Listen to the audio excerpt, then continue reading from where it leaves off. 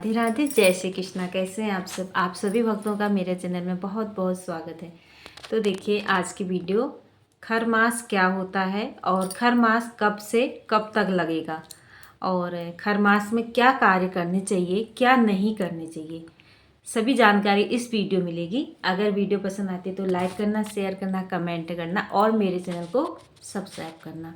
तो देखिए, सबसे पहले हम तो ये समझ लेते हैं कि खर मास होता क्या है। तो देखिए, खर मास के दौरान सूर्य देवताओं के गुरु बृहस्पति की राशि धनु या मीन में प्रवेश करते हैं। इस वजह से सूर्य का तेज कम होने लगता है, तो इसीलिए खर मास का महीना लगता है। और इसके अलावा एक पौराणिक कथा भी आती है इसमें कि सूर्य भगवान अपने घोड़ों को आराम करने के लिए छोड़ देते हैं इस महीने में, खर मास में, और वो गधों की सवारी करने लगती हैं। तो गधों की रफ्तार तो वैसे ही कम होती है, इसीलिए सूर्य भगवान का तेज भी कम हो जाता है। तो खरों की वो सवारी करते हैं सूर्य भगवान, इसलिए इस महीने का नाम खर मास कहा जाता है। तो खर मास 2024 में कब से शुरू है और कब समाप्त है?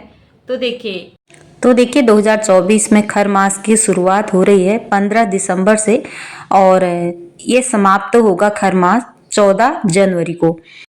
तो देखिए, जब सूर्य भगवान धनु राशि से मकर राशि में प्रवेश करते हैं तो मकर संक्रांति का पर्व मनाया जाता है। मास में आपको क्या कार्य नहीं करने हैं? शादी नहीं करनी है, विवाह और मुंडन संस्कार, जनेऊ संस्कार, ये खर मास में नहीं किया जाता है। कोई भी नई चीज़ नहीं खरीदी जाती है। अगर आपको खरीदना ज़रूरी है तभी खरीदें। और आप लक्ष्मी माता के संबंधित कोई भी, जैसे मंदिर का सामान हो, आप ये भी ना खरीदें खर मास में, क्योंकि ये महीना अशुभ माना जाता है। आप मकर संक्रांति से खरीद सकते हैं या पहले भी खरीद सकते हैं। आप 15 दिसंबर से पहले जो भी आपको खरीदना हो आप खरीद सकते हैं। और जैसे आपके बच्चों का बर्थडे आएगा ना खर मास में, तो आप उनके लिए नए कपड़े भी नहीं खरीद सकते हैं। आप पहले ही खरीद के रख लें, उनको एक बार पहना दें, तो आप बर्थडे के दिन उनको पहना सकते हैं। अगर ख़रीदना ज़रूरी है कोई भी सामान, तो आप उसको खरीद लें, नहीं तो ज़्यादातर खर मास में नहीं खरीदा जाता है। तो देखिए, नई झाड़ू भी खर मास में नहीं खरीदी जाती है। अगर झाड़ू भी आपको खरीदनी है तो आप पहले ही खरीद के रख लें। खर मास में नई झाड़ू नहीं खरीदी जाती है, क्योंकि वो भी लक्ष्मी माता का कारक होता है झाड़ू। तो इस बात का आपको विशेष ध्यान रखना है। जैसे आप नया मकान खरीद रहे हैं, ज़मीन खरीद रहे हैं या मकान की नींव रख रहे हैं, आप नया मकान लगा रहे हैं, तो उसकी भी शुरुआत खर मास में नहीं करना चाहिए। आप कई लोग क्या होता है, वो खर मास हो या मल मास हो, कोई भी मास हो, वो करते हैं, लेकिन इसका परिणाम आगे जाके मिलता है ज़रूर। जो भी हमारे शास्त्र या बड़े बुजुर्ग कहते हैं तो उसको हमको मानना चाहिए। तो देखिए, ये चीज़ आपको नहीं करनी है खर मास में। और व्रत का उद्यापन भी नहीं करना है आपको खर मास में। नया व्रत शुरू भी नहीं करना है और उद्यापन भी नहीं करना है। अगर ज़रूरी है तो आप तभी करें उद्यापन, नहीं तो आप अगले महीने कर सकते हैं या खर मास से पहले कर सकते हैं।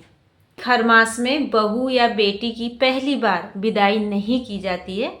अगर 2-3 बार वो आ गए हैं तो आप कर सकते हैं, लेकिन फर्स्ट बार, जैसे नई नई शादी हुई है, तो विदाई भी खर मास में नहीं की जाती है। और हेयर कट भी नहीं किया जाता है खर मास में। आप जैसे हेयर कट करना चाहते हैं, बाल काटना चाहते हैं, तो आप पहले ही बाल काट लें, या खर मास जब समाप्त हो जाए तो आप कर सकते हैं। और रेंट के घर में भी अगर आप रहते हैं ना, तो उसको भी नहीं बदला जाता है। आप पहले ही बदल लें खर मास शुरू होने से पहले, नहीं तो आप खर मास जब ख़त्म होगा तब बदल सकते हैं।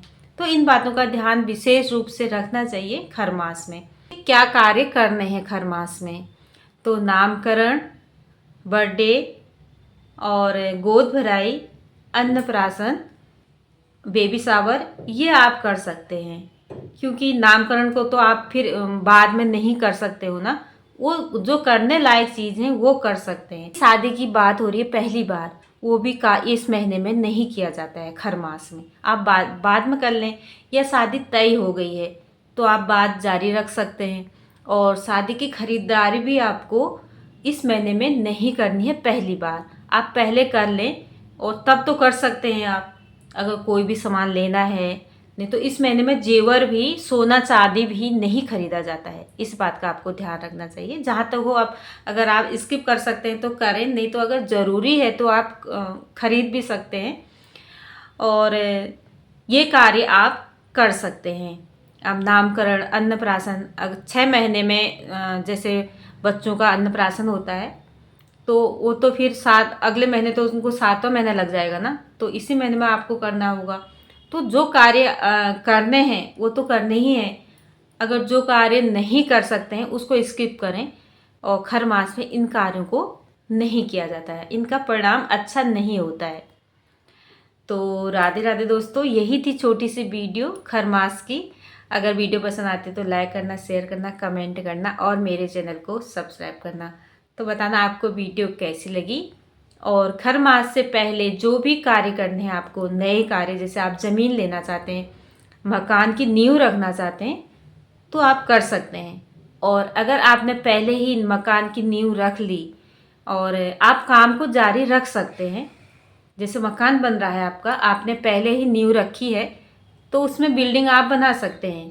ऐसे तो आप काम कर सकते हैं, लेकिन पहली बार भूमि पूजन नहीं करना है आपको खर मास में। तो राधे राधे, जय श्री कृष्णा, थैंक यू।